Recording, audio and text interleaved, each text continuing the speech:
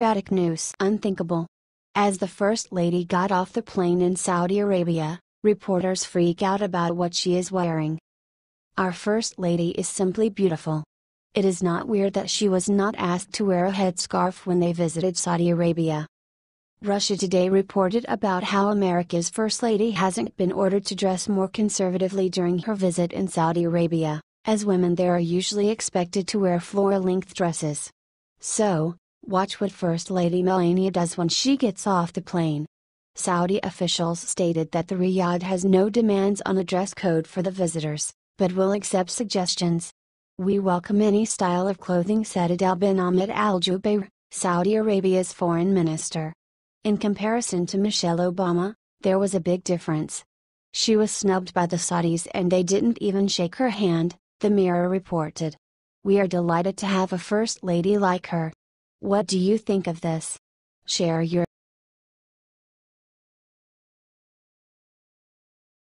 seconds ago. Spies exposed working for Democrats now blackmail the same Democrats. We reported on this shocking story a few months ago and promised to update you when new information came out, and it's not good. To recap, Imran Awan and 3 relatives, one with ties to known terror groups, were busted running multiple scams out of Democrat congressional offices. The Muslim brothers have been accused of fraud by getting relatives no-show jobs, for theft of cash and high-end electronics gear they stole and sold on the open market. But as the Daily Caller, who has been doing the heavy lifting on this story, says, the investigation goes way beyond the theft of millions of dollars. The Muslim IT workers had access to everything, all emails, documents, some top secret, of dozens of Democratic members of Congress they worked for. Court records dug up by the Daily Caller show that the brothers owed $100,000 to an Iranian fugitive with direct ties to Hezbollah. Their stepmother claims they made her live under Sharia-like conditions here in the US, and when she blew the whistle on their large and frequent wire transfers to Pakistan, they threatened to send her back to Pakistan, a fate worse than death for a modern woman.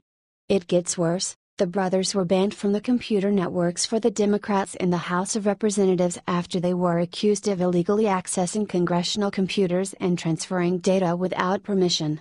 That's terrifying because secrets could get out, but also because the Democrats, well known for their corruption, could be blackmailed. According to other Democratic IT workers, that is exactly what's happening. I don't know what they have, but they have something on someone. It's been months at this point with no arrests, Pat Sowers told the Daily Caller. "There's no question about it, if I was accused of a tenth of what these guys are accused of, they'd take me out in handcuffs that same day, and I'd never work again. Something is rotten in Denmark." Another Democratic IT staffer said, "Democrats are saying don't say anything, this will all blow over if we all don't say anything." The Awans had members in their pocket, and there are a lot of members who could go down over this. Let's hope they start with Chuck Schumer and Nancy Pelosi. According to other Democratic IT workers, that is exactly what's happening. I don't know what they have, but they have something on someone. It's been months at this point with no arrests, Pat Sowers told the Daily Caller. "There's no question about it, if I was accused of a tenth of what these guys are accused of, they'd take me out in handcuffs that same day, and I'd never work again. Something is rotten in Denmark." Another Democratic IT staffer said, "Democrats are saying don't say anything, this will all blow over if we all don't say anything." The Awans had members in their pocket, and there are a lot of members who could go down over this. Let's hope they start with Chuck Schumer and Nancy Pelosi.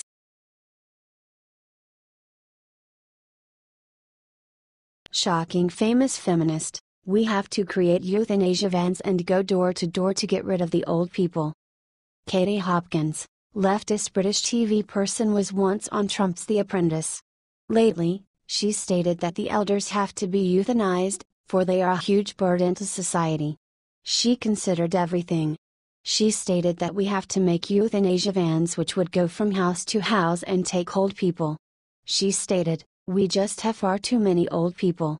It's ridiculous to be living in a country where we can put dogs to sleep but not people.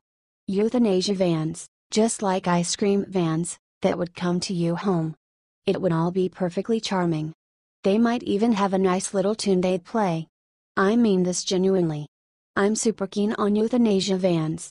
We need to accept that just because medical advances mean we can live longer, it's not necessarily the right thing to do.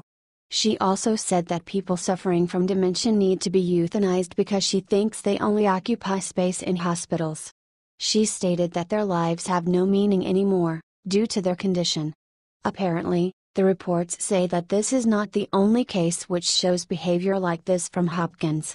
Earlier, she tweeted about people with dementia, "Babe, I'm here again, where have you been? Babe, I'm back again. I'm back again, where have you been?" Take that dementia style. She shouldn't be even joking about serious stuff like these because one day soon enough, she herself will be an elderly woman with the possibility of having dementia. We would be happy to hear your thoughts and predictions.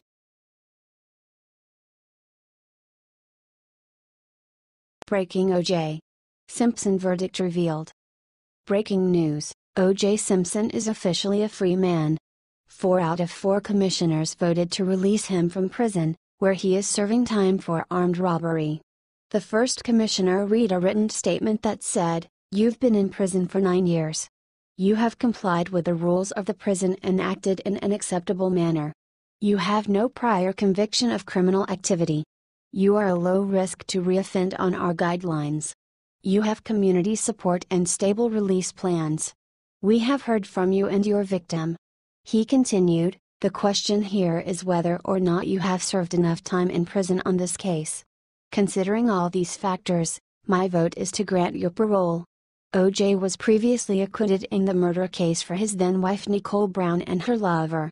The former NFL star will reportedly move to Florida when he is released. He has several children who have remained loyal to him throughout the years and will join him in Florida. We will continue to update the story as more information becomes available.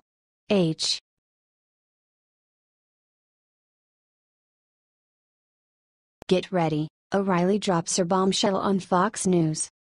Exactly 2 months have passed as Bill O'Reilly got fired from Fox News, after the appearance of several sexual harassment accusations against him.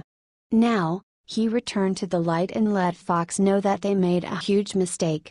The previous week, O'Reilly appeared on a show in Westbury, New York. He announced the truth regarding his firing is soon to be revealed. In the weeks to come, there will be a bunch of news stories that will explain what happened and why it happened. It's pretty grisly. It's pretty nasty.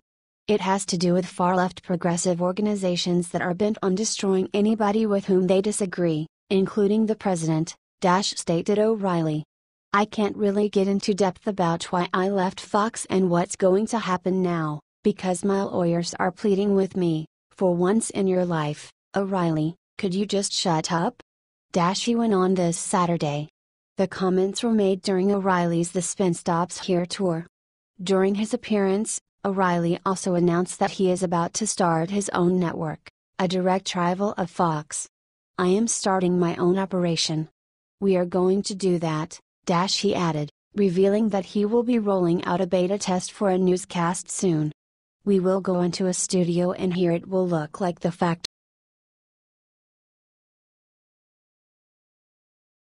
Back on it, Deputy AG Rosenstein had something to say to Comey again. After Deputy Attorney General Rod Rosenstein composed the atomic memo which caused the firing of James Comey, there have been a lot of allegations. Earlier today, Rosenstein appeared on Fox News and attacked James Comey one more time. He did not focus on his work at the FBI, but rather on the leaking to destroy President Trump.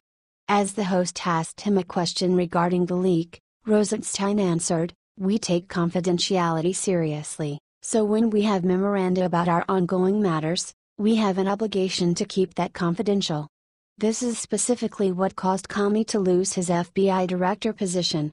Comey happened to be untrustworthy and did not abide by the law. But that was not it, Rosenstein went on.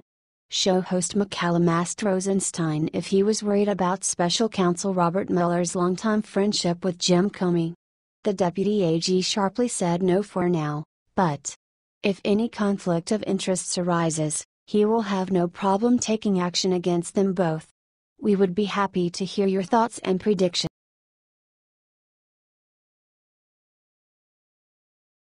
Amazing Threat destroyed ex-CIA Director J. Brennan on his testimony.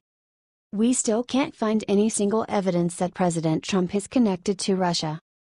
Ex-CIA Chief John Brennan this Tuesday appeared in the court to testify before the House Intelligence Committee about the collusion between USA and Russia.